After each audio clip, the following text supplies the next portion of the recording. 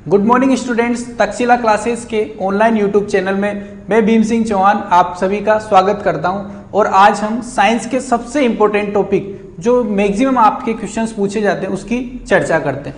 तो उस टॉपिक का नाम है इलेक्ट्रिसिटी। क्या नाम है टॉपिक का? इलेक्ट्रिसिटी, जिसे विद्युत भी बोला जाता है। दोस्तों, यदि बात की जाए इलेक्ट्रिसिटी की, विद्युत की, तो हमारी रोजमर्रा की जिंदगी में सबसे जो जरूरी है वो विद्युत ही होती है। तो दोस्तों, यदि बात करें विद्युत की, विद्युत क्या होती है, तो एक सिंपल सी लैंग्वेज में आप मुझे बता दोगे कि सर हमारे घर में जो भी इलेक्ट्रिकल डिवाइसेस होती है उसे वर्क करने के लिए हमें इलेक्ट्रिसिटी की आवश्यकता होती है, विद्युत की आवश्यकता होती है। एग्जामिनर हमसे क्या चाहता है? वो हमसे ये चाहता है कि आपको ये इन सब के बारे में पता होना चाहिए। तो हमें विद्युत के बारे में पता होगा कि भाई ये वर्क कैसे करती है, इसमें एनर्जी कहाँ से आती है। तो इसे जानने के लिए आपको जानना होगा आवेश को। किसे जानना होगा आपको? आवेश को। तो इलेक्ट्रिसिटी के लिए आपको किसे जानना होगा? आवेश को। और आवेश के अध्ययन के लिए आपको जाना होगा परमाणु के पास। तो परमाणु के अध्ययन जो आपने छोटी क्लासेस में किया है, परमाणु क्या होता है, तो कोई भी जो मेरे पास कोई भी पदार्थ है, इसके जब मैं डिवाइडेशन करता हूं, टुकड़े करता हूं, उस केस में हम देखते हैं जो छोटी क्लासेस में हमने देखा है कि उसके और ज्यादा टुकड़े नहीं किए जा सकते, और वो अवस्था होती है परमाणु। यदि परमाणु की बात की जाए तो इसमें एक बाह्यतम कोश होता है और एक नाभिक होता है। यदि नाभिक की बात की जाए तो इसमें प्रोटॉन और न्यूट्रॉन उपस्थित होते हैं, और यदि बाहरी कोश की बात की जाए तो इसमें इलेक्ट्रॉन चक्कर लगाते रहते हैं। तो दोस्तों, हमने बात की थी आवेश की। आवेश के लिए हम पदार्थ के पास गए थे। पदार्थ को जब हमने डिवाइड किया था उसमें हमें परमाणु मिल जाता, जिसे और ज्यादा डिवाइड नहीं किया जा सकता है। फिर हमने बात की कि भाई इस परमाणु में क्या है, किस किस तत्व से मिलकर बना होता है। तो ये मौलिक कणों से मिलकर बना था, वो है प्रोटॉन, न्यूट्रॉन और इलेक्ट्रॉन। इलेक्ट्रॉन नाभिक के चारों ओर चक्कर लगाते रहते हैं। तो दोस्तों, ये जो आवेश है ये इलेक्ट्रॉन के सिर पर और प्रोटॉन के सिर पर उपस्थित होते हैं। तो देखिए, आवेश कितने प्रकार के होंगे? दो प्रकार के। इलेक्ट्रॉन के सिर पर उपस्थित है उन्हें बोलते हैं हम ऋणावेश, और जो प्रोटॉन के सिर पर उपस्थित है उन्हें बोलते हैं हम धनावेश। तो दोस्तों, हमसे एग्जाम में जो पूछा जाएगा वो ये पूछा जाएगा कि इलेक्ट्रॉन पर उपस्थित आवेश का मान कितना होगा और प्रोटॉन पर उपस्थित आवेश का मान कितना होगा। तो दोनों पर मान सेम होता है, 1.6 इंटू 10⁻⁻19 कूलाम, 1.6 इंटू 10⁻⁻19 कूलाम।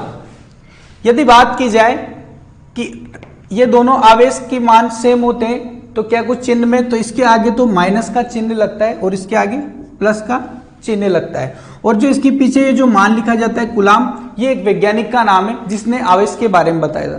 दोस्तों, जैसे आप यदि बात की जाए दो द्रव्यमानों के बीच में किसी वैज्ञानिक ने संबंध बताया था कि दो द्रव्यमान एक दूसरे को आकर्षित करते हैं, तो आप बोलते हो न्यूटन। ऐसे ही दो आवेशों के बीच में जिस वैज्ञानिक ने संबंध बताया था उसका नाम है कूलाम। और कूलाम ही आवेश का एसआई मात्रक भी होता है। तो एग्जाम में काफी बार पूछा जाता है कि एसआई मात्रक तो क्या हो जाएगा? कूलाम। ओके डियर स्टूडेंट्स, फिर हमें आवेशों की प्रकृति देखनी होगी।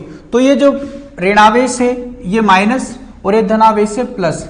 हमें देखना होगा कि कौन से आवेशों में आकर्षण होता है और कौन से आवेशों में प्रतिकर्षण होता है।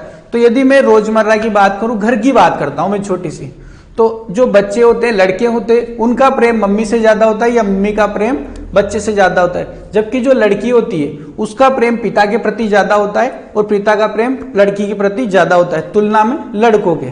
तो ऐसा ही होता है। जो विपरीत आवेश होते हैं उन दोनों में तो क्या होता है? आकर्षण। और जो समान आवेश होते हैं उनमें क्या होता है? प्रतिकर्षण। चाहे वो प्लस प्लस हो या फिर माइनस माइनस हो, तो उनमें क्या होगा बच्चों? प्रतिकर्षण। Same charges are repel each other and unlike charges are attract each other. Okay students, अब हम बात करते हैं कि आवेश के टॉपिक में से हमसे और क्या क्या पूछे जाता है। तो आवेश क्या कर सकता है? तो आप बोलोगे आवेश किसी चालक में विद्युत क्षेत्र तथा चुंबकीय क्षेत्र उत्पन्न कर सकता है।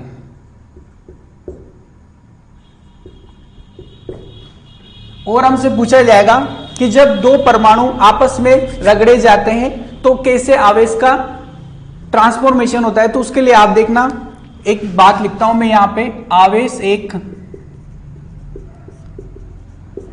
क्वांटीकृत राशि है।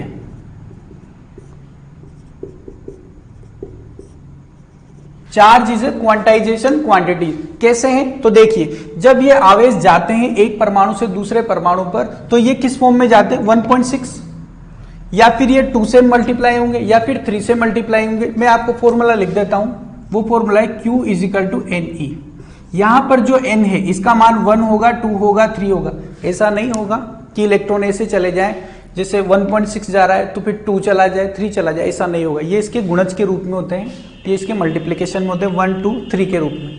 फिर एग्जाम में जो डायरेक्ट क्वेश्चन पूछा जाता है वो ये पूछा जाता है कि आवेश कैसी राशि है। तो आवेश एक संरक्षित राशि है।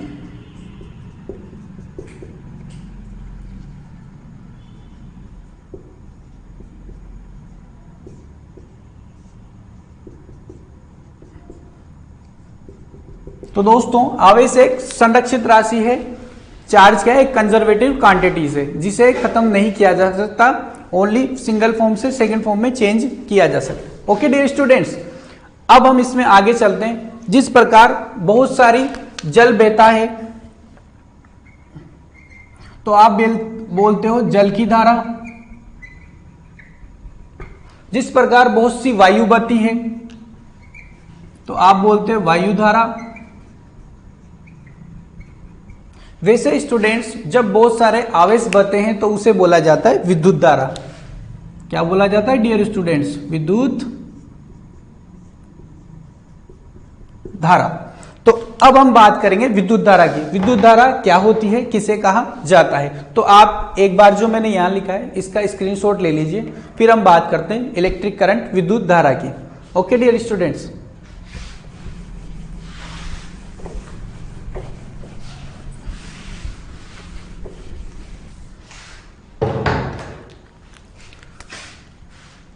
तो जब बात की जाएगी विद्युत धारा की, इलेक्ट्रिक करंट की, तो मैंने बताया था जब बहुत सारा वाटर फ्लो होता है तो उसे जल की धारा बोलते हैं, एयर फ्लो होता है तो एयर की धारा बोलते हैं, और जब बहुत सारे आवेश फ्लो होते हैं तो उसे करंट की धारा बोलते हैं। ओके डियर स्टूडेंट, तो इसकी जो परिभाषा होती है वो होती है आवेश प्रवाह की दर। आवेश प्रवाह की दर को क्या कहते हैं, विद्युत धारा कहते हैं। The rate of flow of charge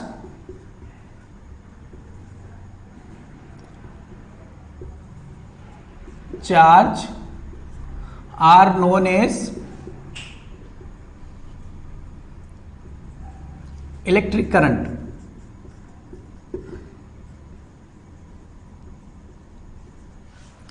the rate of flow of charge are known as electric current. आवेश प्रवाह की दर विद्युत धारा कहती है। दोस्तों हमसे एग्जाम में क्या क्वेश्चन पूछा जाता है वो देखना। हमसे पूछा जाएगा विद्युत धारा का मात्रक पूछा जाता है हमसे, तो मैं यहां पे लिखता हूं मात्रक।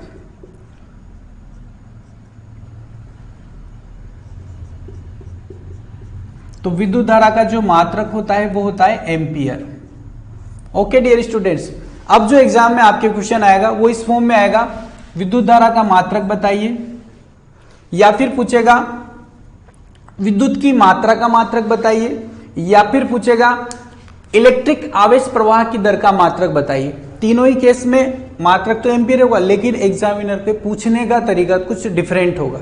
ओके डियर स्टूडेंट, हमसे जो नेक्स्ट क्वेश्चन पूछा जाएगा ये पूछा जाएगा उस उपकरण का नाम बताओ, उस डिवाइस का नाम बताओ जो इलेक्ट्रिक करंट को मेजर करता है। तो उस उपकरण का नाम होता है अमीटर। क्या नाम होता है उस उपकरण का, अमीटर। ओके डियर स्टूडेंट्स, इसके बाद कभी कभी आप गैल्वेनोमीटर का भी आपने नाम सुना होगा। तो ये जो गैल्वेनोमीटर होता है यह बहुत कम मान की धारा का भी मापन करता है और साथ में दिशा का भी मापन करता है। अब हमें जो एग्जाम में हमसे क्वेश्चन पूछा जाएगा वो ये पूछा जाएगा कि भाई करंट फ्लो होने की दिशा कौन सी होती है। इसके लिए आपको एक विद्युत परिपथ देखना होगा। तो मैं दोस्तों आपके सामने एक विद्युत परिपथ बनाता हूं। देखिए, इस विद्युत परिपथ में यहां पर एक सेल लगाया मैंने, ठीक है। यहां पर मैं एक स्विच लगाता हूं, ये मैंने एक एमीटर लगा दिया और मैं यहां पे एक लैंप लगाता हूं।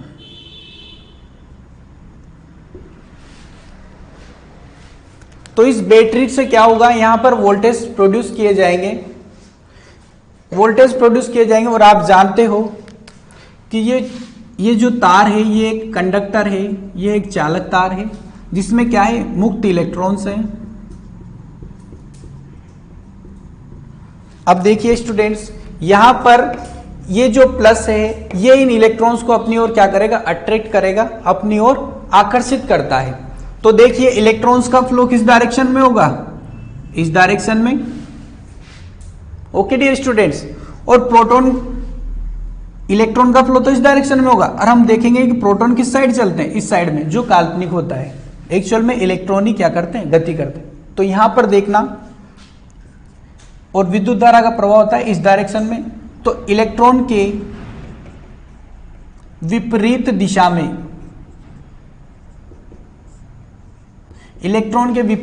में, विद्युत धारा का बहना चालू हो जाता है। ओके डियर स्टूडेंट, या फिर बोले हम प्रोटॉन की दिशा में विद्युत धारा बहती है। ठीक है डियर स्टूडेंट्स, ये आपने देखा यहां पर। अब हम बात करते हैं कि भाई ऐसा तो नहीं है कि किसी वायर की तरफ देखते ही पहले पता चल जाता हो कि कितनी करंट फ्लो हो रही है, या फिर ये जो एमीटर लगा है ये किस प्रिंसिपल पे काम करता होगा। तो इसके लिए हमें इसका फॉर्मूले का उपयोग करना होगा, जो मैं दिखाता हूं। इसका आप स्क्रीनशॉट ले लीजिए। देखिए स्टूडेंट्स,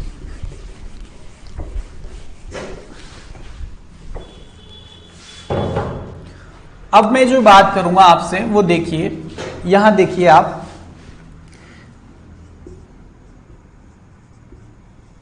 विद्युत धारा जिसका सिंबल I होता है बराबर होगी आवेश जिसका सिंबल Q है अपॉन समय जिसका सिंबल T है। तो हमारे यहां पर जो फॉर्मूला निकल के आता है वो आता है I बराबर Q अपॉन T। अब यदि बात की जाए कि करंट का मात्रक क्या होता है, यूनिट क्या होती है, तो एक मात्रक तो एम्पियर है, और सेकंड जो मात्रक होगा वो देखना आप, आवेश का मात्रक होता है कूलाम और समय का मात्रक होता है सेकंड। तो जो दूसरा मात्रक निकल के आता है वो आता है कूलाम प्रति सेकंड। जरूरी नहीं एग्जाम में आपसे यही पूछा जाए कि आवेश प्रवाह की दर का मात्रक क्या होता है, एम्पियर। आपसे ये भी पूछा जा सकता है कूलाम प्रति सेकंड किसका मात्रक होता है। ओके डियर स्टूडेंट्स, तो आपको थोड़ा सा ध्यान रखना होगा। फिर उसके बाद विद्युत धारा के ऊपर कुछ न्यूमेरिकल्स आते हैं।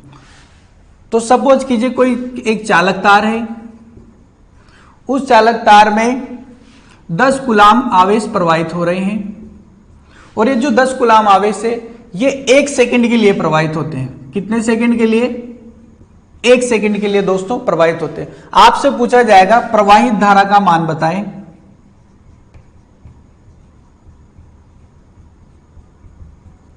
तो डियर स्टूडेंट्स, कोई भी न्यूमेरिकल करना हो आपको तो उसके लिए स्टार्टिंग करते हैं कि हमें क्या क्या दिया हुआ है। तो ये 10 कूलाम, ये क्या है, Q का मान है। 1 सेकंड किसका मान है, समय का मान है। और दोस्तों हमें क्या निकालना है, I हमें रिक्वायरमेंट। इन सबसे रिलेटेड कोई सूत्र पढ़ाया आपने, कोई फॉर्मूला पढ़ाए अभी, I बराबर Q अपॉन T। तो दोस्तों यहाँ पे मान रख दीजिए, Q का मान हो जाएगा आपके 10 और T का मान हो जाएगा 1। तो बहने वाली जो करंट होगी वो कितनी होगी, 10 एम्पियर। कितनी हो जाएगी, 10 एम्पियर। ओके डियर स्टूडेंट, अब नेक्स्ट क्वेश्चन देखना आप कि कोई चालक तार है, उसमें 60 कूलाम आवेश प्रवाहित होते हैं, और ये जो 60 कूलाम आवेश है ये 1 मिनट के लिए प्रवाहित होते हैं। ये कितने मिनट के लिए प्रवाहित होते हैं, 1 मिनट के लिए। और आपसे पूछा जाएगा I का मान फाइंड आउट करें या बहने वाली धारा का मान ज्ञात करें। तो इन तीनों से एक फॉर्मूला बनता है I equal to Q upon T. यहां पर आवेश का मान कितना दे रखा है 60 और समय का मान कितना दे रखा है यहाँ पे 1 मिनट। तो देखो दोस्तों यहाँ पे हम कितने मिनट रखते हैं 1 मिनट। लेकिन जब आप फिजिक्स की स्टार्टिंग करते हैं तब आपको बताया जाता है कि फिजिक्स में कोई भी न्यूमेरिकल करता है तो उसके लिए हमें एक पद्धति पढ़नी होती है। उस पद्धति का, उस सिस्टम का नाम होता है एमकेएस। और जो एमकेएस पद्धति है इसमें यह बताया जाता है कि आप जब भी लंबाई की बात करोगे तो लंबाई आपको हमेशा किसमें लेनी होगी, मीटर में। किसमें लेनी होगी, मीटर में। जब भी आप द्रव्यमान की बात करोगे तो द्रव्यमान आपको हमेशा लेना होगा किलोग्राम में। और जब भी समय की बात करेंगे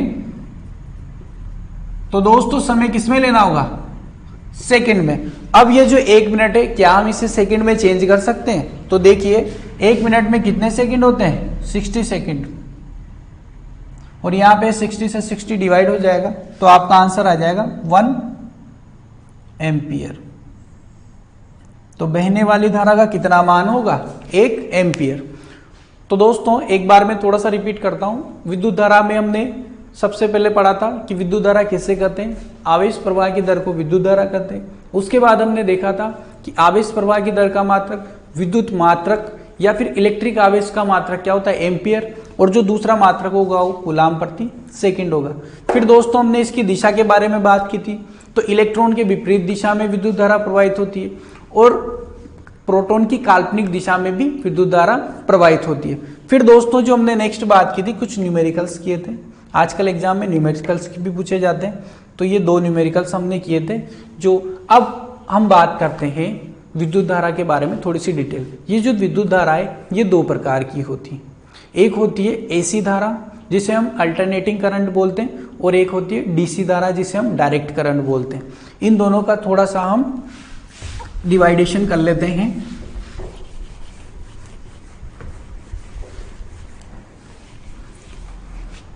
देखिए दोस्तों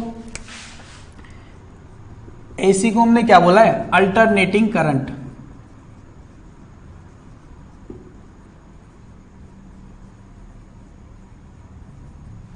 और इसे बोला जाता है प्रत्यावर्ती धारा भी बोलते हैं।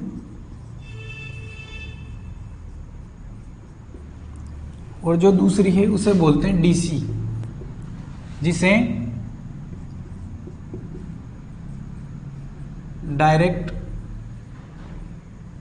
करंट बोलते हैं या फिर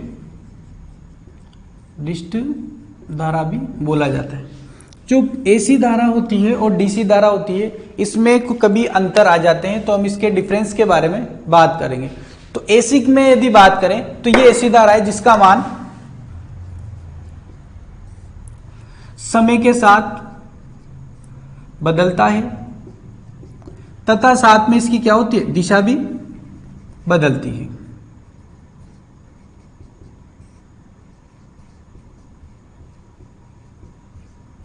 जबकि डिस्ट धारा की बात की जाए तो न तो इसका मान बदलता है और न इसकी दिशा बदलती है।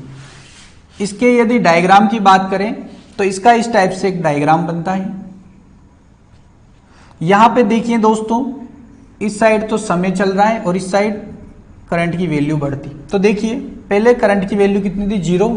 इस पॉइंट पे करंट की वैल्यू प्लस में मैक्सिमम, यहां पर वापस 0, इधर माइनस में मैक्सिमम, फिर यहाँ पे 0 फिर मैक्सिमम। हमने देखा कि जो विद्युत धारा है उसका मान बार बार चेंज हो रहा है। पहले 0 था फिर प्लस हुआ फिर 0 हुआ फिर माइनस हुआ और समय के साथ ये क्या हुआ बदलता जा रहा है। जबकि डीसी की यदि बात की जाए तो इसमें जो डायग्राम बनता है वो इस टाइप का बनता है। समय के साथ साथ धारा का मान एक ही है। सपोज करो यहाँ पे करंट की वैल्यू 2 एम्पियर है तो यहाँ भी 2 है, यहाँ भी 2 है, यहाँ भी 2 है और यहाँ भी 2 एम्पियर। तो डिस्ट धारा का मान नहीं बदलता। नेक्स्ट क्वेश्चन हमसे पूछा जाता है कि इन दोनों में से वो कौन सी धारा है जिसे हम संग्रहित कर सकते हैं। तो संग्रहित करने का मतलब तो फिर उसे हम साथ में लेके घूम सकते हैं। मतलब हम समझ सकते हैं कि जो हमारा मोबाइल है इसमें वो करंट उपस्थित है तो वो जो करंट है उसका वो है डीसी करंट। तो डिस्ट धारा को हम क्या कर सकते हैं संग्रहित कर सकते हैं। जबकि इसे संग्रहित नहीं कर सकते हैं। फिर जो हमसे इंपॉर्टेंट पॉइंट पूछा जाता है वो ये पूछा जाता है कि जो प्रत्यावर्ती धारा है और दिष्ट धारा है, इनमें से किसकी आवृत्ति होती है और किसकी आवृत्ति नहीं होती। तो देखिए दोस्तों, आवृत्ति का मतलब होता है साइकिल या चक्र। तो ये जो प्रत्यावर्ती धारा होती है ये 50 चक्र लगाती है 1 सेकंड में। कितने चक्र लगाती है? 50 चक्र। और जबकि इसकी बात की जाए दिष्ट धारा की, तो ये कितने चक्र लगाती है? 0 चक्र। देख लीजिए, ये एक चक्र यहां से स्टार्ट होता है और यहां पर खत्म होता है, फिर ये यहां से स्टार्ट होगा, यहां खत्म होगा। ऐसे कितने चक्कर लगाती है 1 सेकंड में? 50 चक्कर लगाती है। जबकि यहां देखो कोई चक्र है क्या? नहीं है। और ये जो हर्ट्ज है ये किसका नाम है? ये एक वैज्ञानिक का नाम है। ये किसका नाम है? वैज्ञानिक का नाम है, जिसने किसकी खोज की है?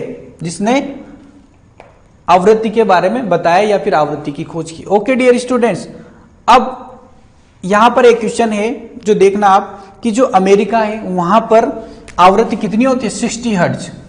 अमेरिका में आवृत्ति होती है 60 हर्ट्ज, जबकि भारत में कितनी होती है? 50 हर्ट्ज। तो ये हमने थोड़े अंतर पढ़े थे जो एसी और डीसी के बारे में पढ़े थे। अगले कुछ अंतर जो मैं आपको बताता हूं वो देखिए। अगली हम प्रोडक्शन की बात करते हैं, उत्पादन की बात करते हैं। तो यदि बात की जाए उत्पादन की, तो देखिए जो हमारी एसी होती है इसका जो उत्पादन होता है वो 33 केवी पे होता है। के का मतलब 1000, मतलब 33,000 वोल्ट तक हम इसका क्या कर सकते हैं? उत्पादन कर सकते हैं। जबकि डीसी का उत्पादन आप ओनली कितने वोल्टेज तक कर सकते हो? 650 वोल्ट तक कर सकते हो। फिर यदि नेक्स्ट क्वेश्चन यहां पे बनता है कि इनमें से किसका मान आप ट्रांसफार्मर की सहायता से बदल सकते हैं? तो एसी का मान आप ट्रांसफर की सहायता से क्या कर सकते हैं? बदल सकते हैं। जबकि डीसी का मान ट्रांसफार्मर की सहायता से चेंज नहीं कर सकते हैं। ओके डियर स्टूडेंट्स, यदि एक ही मान की दोनों धाराएं हैं, सपोज करो यहां भी 220 वोल्ट और यहां भी कितने हो? 220 वोल्ट, तो इस केस में कौन सी धारा ज्यादा खतरनाक होगी? तो आपका आंसर आएगा एसी। क्यों होगी? तो देखना दोस्तों, ये जो एसी है इसका मान क्या होता है? बदलता रहता है। और जब अपनी पीक वैल्यू पर पहुंचता है तो ये जो 220 है ये कितना हो जाता है? 211 वोल्ट। जबकि 220 ही रहेगा इसका मान हमेशा, इसका मान चेंज नहीं होता है। ओके डियर स्टूडेंट्स, अब हम एसी करंट को भी दो भागों में डिवाइड करेंगे।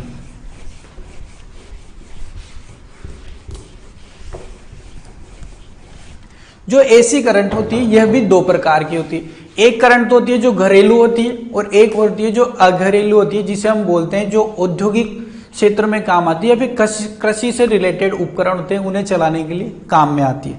तो देखिए ये हमारी एसी करंट, इसे हमने कितने पार्ट्स में डिवाइड किया? 2 पार्ट्स में। एक होती है सिंगल फेज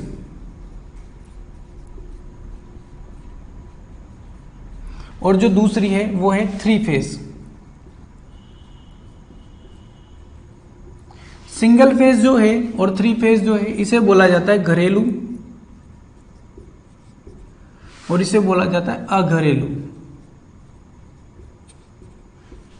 यदि आपसे पूछा जाता है कि जो सिंगल फेज की एसी, अच्छा सिंगल फेज और 3 फेज में थोड़ा सा अंतर देख लो। सिंगल फेज का मतलब जो फेज का वायर है वो सिंगल रहेगा, ठीक है ना, और एक न्यूट्रल वायर रहेगा। और यहाँ पे कितने वायर रहेंगे? 3 वायर्स रहेंगे, इसलिए इसका नाम सिंगल फेज पड़ा, उसका नाम 3 फेज पड़ा।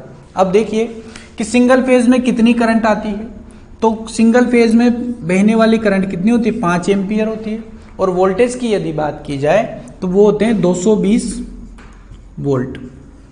ओके डियर स्टूडेंट, यदि अघरेलू की बात की जाए, 3 फेज की बात की जाए, तो यहां पर जो बहने वाली करंट है उसका मान होता है 15 एम्पियर और जो वोल्टेज होते हैं वो होते हैं 440 वोल्ट। ओके डियर स्टूडेंट्स, ये हमने एक छोटा सा अंतर देखा है जो घरेलू और अघरेलू के बीच में होता है। फिर यदि इसके उपयोग हों तो इसके उपयोग होंगे घरों में और इसके उपयोग कहाँ होंगे? कृषि उपकरण व उद्योगों में। ओके डियर स्टूडेंट्स, तो ये छोटा सा एक परिचय था विद्युत के बारे में, और जो मैंने आपको पढ़ाया वो इस टाइप से पढ़ाया कि जो एग्जाम में मैक्सिमम आपसे पूछा जाता है। हमें पीएचडी तो करनी नहीं है जो मैं आपको फुल डिटेल में बता दूं, मैं डिटेल में बता सकता हूं इसे, मुझे कोई समस्या नहीं है, लेकिन मैं चाहता हूं आप उतना ही पढ़े जितना एग्जाम में आते हैं, क्योंकि आपको और सब्जेक्ट भी पढ़ने होते हैं।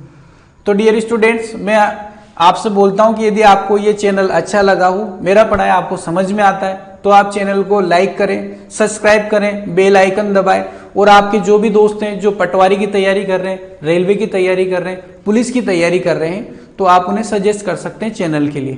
Thank you.